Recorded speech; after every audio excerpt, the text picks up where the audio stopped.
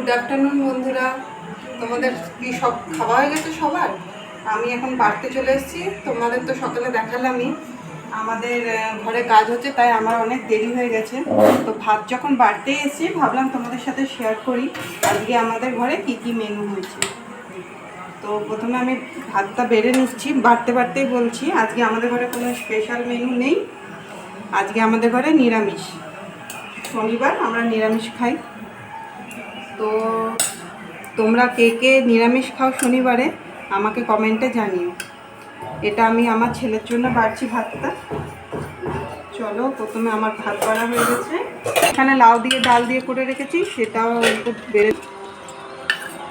আজকে নিরামিষ, তাই একটুখানি অসুবিধা হয় সব মানুষেরই খেতে, বেশিরভাগ বাঙালিদের।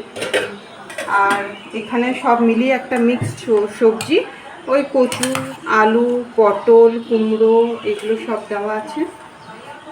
এটাও অল্প দিয়ে দেবো, বেশি আমার ছেলে তো বেশি সবজি খায় না, তাই অল্প করেই বাড়ছি ওর জন্য। আর করেছি আচ্ছা এই আলু পোস্তটা একটু ঝাল ঝাল করে করেছি, নিরামিষ যেহেতু একটা কোনো ঝাল টেস্টি পদ না হলে হয় না। নিরামিষের দিন আসলে আমাদের পোস্ত হবেই ঘরে, না হলে খাওয়াটা ভালো করে হয় না। আচ্ছা, লাস্টে এই কুড়মুড়ে ভেন্ডি ভাজা করে রেখেছি, আমি টিস্যু পেপারে মুড়িয়ে রেখেছি যাতে শক্ত থাকে। কুড়মুড়ে ভেন্ডি ভাজা লম্বা লম্বা করে কেটে।